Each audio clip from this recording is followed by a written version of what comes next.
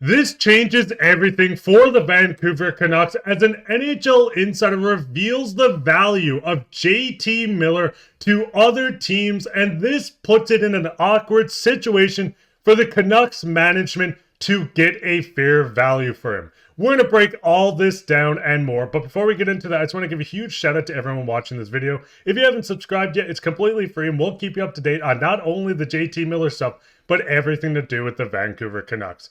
But with that, Griffin, we got to hop straight into the first topic today, where we seen a tweet today that was saying that Chris Johnson said he believed that teams are still in conversation with the Canucks. The teams being the Rangers, the Devils, and Carolina. There's more teams that we've seen floated around. We've seen teams like the New York Islanders. There's so many teams in on the Canucks. Then we've seen Cam Robinson, head of Elite Prospects. Make sure to check out his page because he covers everything to do with prospects. And he did an article where he spoke to multiple league agents, scouts, and executives from around the league, getting their opinion on what the value is. Now, looking at this is from Canucks Summary. Shout out to him once again. Linked teams to J.T. Miller are the Rangers, Stars, Devils, Hurricanes, and a new one, which is the Utah Hockey Club. Now, looking at the first section, Executive 1 said extremely difficult move and would wait to make a trade. The second executive said thinks a roster player with a first or second round pick unless it's an elite player coming back. The third one, you can pause and read through these if you wanted, but he's saying that a younger NHL center and a pick, an impactful center or defenseman will be hard to come by. Now, just looking at this, Griffin, I know there's so much to take in, especially just from talking to league executives. We see Chris Johnson say that these teams are still in on J.T. Miller. Looking at what the Canucks might get back, if this is just a center or just a defenseman instead of both, do you think this is a disappointing haul for the Canucks? I think so, because look at what they're giving up. People can say what they want about JT Miller and what has led to all of this discussion and what this is likely going to lead to. But at the end of the day, you're still losing one of your top four best players. So he should be treated as such and not be lowballed by the Canucks in this sense. It's mind-blowing that teams are offering up pennies and scraps for him almost, or just development guys or guys that have potential, but they're not assured of anything yet. They're not proven commodities. Yet JT Miller is. So they're going to undercut that because they know the Canucks are struggling. They know they're going to get desperate to get rid of him because of all the commotion that's happening in the locker room. And they're saying, okay, if we're going to take on that kind of trouble, make sure that we're not giving up too much in return. But it's a tough negotiation process in that sense, because one team is going to be too stubborn to take on all the drama and trying to lowball the Canucks. And the Canucks are going to be overvaluing JT Miller, saying, hey, this is one of our superstars. Don't try and cut us at the knees and try and fleece us on a trade, because that's what other teams are going to try and do.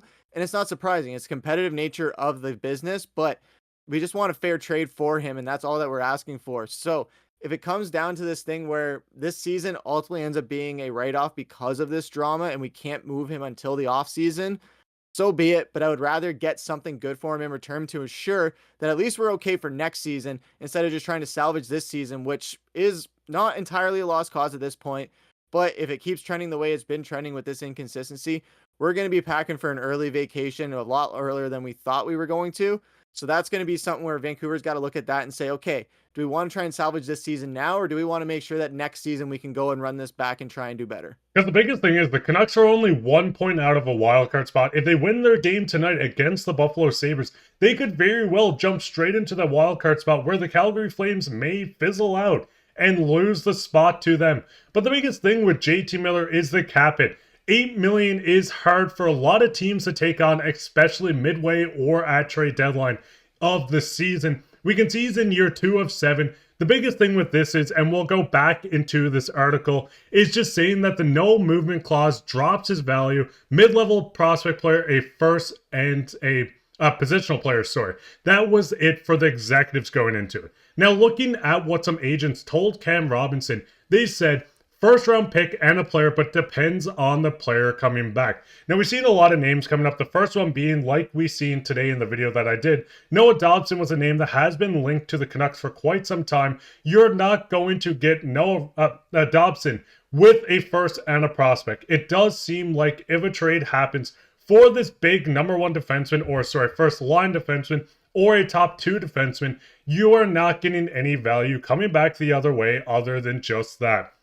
Looking at the second agent, he goes into it and said won't be nearly as much as the Canucks would like, which we don't like to hear. Age and contract didn't help his value. Situation in the room is a big story. Killed leverage. Getting a couple of decent roster players and a pick or a prospect would be enough. Need a fresh start in the dressing room. So that's the biggest thing with this Canucks team. And we've seen comments like you guys were saying. If we lose J.T. Miller, who goes as number 2 center? Is it Suter? The Canucks can't afford more money at D if they don't have a second line center. Now that's the biggest thing in looking in this lineup. Removing Miller, you need to replace him. As much as I love Pius Suter, Teddy Blueger, Sasson, or even guys in Abbotsford, none of these guys can produce what Miller can in this lineup.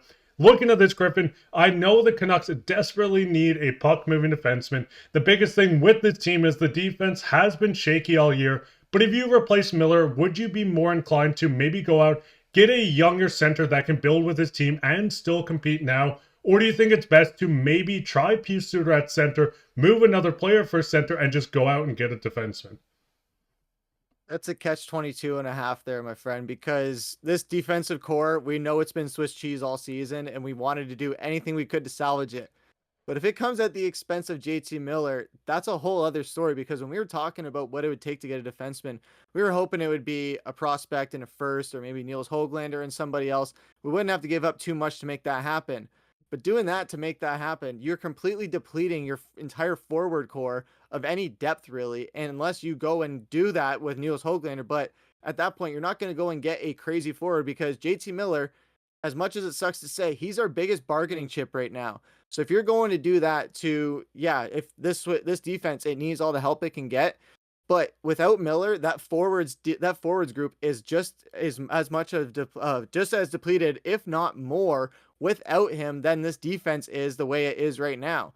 So if you hold on to Miller at least until you get something better come along, go and get a puck moving defense for someone like Niels Höglander or one of our other defensive guys, or a pick or a prospect. You don't have to give up one of your superstars for somebody that isn't a proven number 1 guy that can play on that top line. Because yes, as nice as it would be to have a top line worthy guy in the second defensive pairing just for depth, it's not worth giving up one of your top forwards and making sure that, hey, our forwards group, we're just relying on one good line and three lines of, a lot of nobodies as far as center goes, as far as proven commodities. Yes, we love Teddy Blueger, we love Pius Suter, but they haven't really proved anything that they can on the level of JT Miller. Our faceoff percentage will drop dramatically.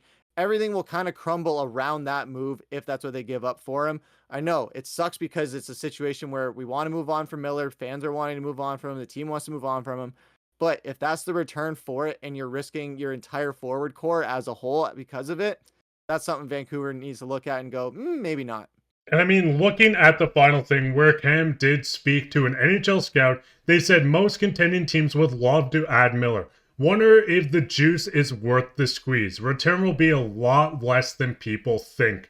Like I said, this is not ideal, especially with the Canucks looking to move on from a former 100-point player, a player that adds so much impact to the team. We've seen management pretty much say they want to make a change in this locker room. This current core, well, from the reports, said the current core is not what they want. But I mean, looking at the Canucks, they still do have cap room, $7.3 million going into deadline. This is not including when Miller's moved out. And it's not an if, it's a when at this point. This may happen tonight. This could happen before the Four Nations, March 7th, or in the offseason. This will happen at some point. And the biggest thing is just looking at this, it seems like the Canucks still can turn the season around. They can still go pick up a guy like Marcus Pettersson from the Pittsburgh Penguins, who are about to go into a fire sale. They can move on from Miller, pick up young assets to build this team, open up more cap room.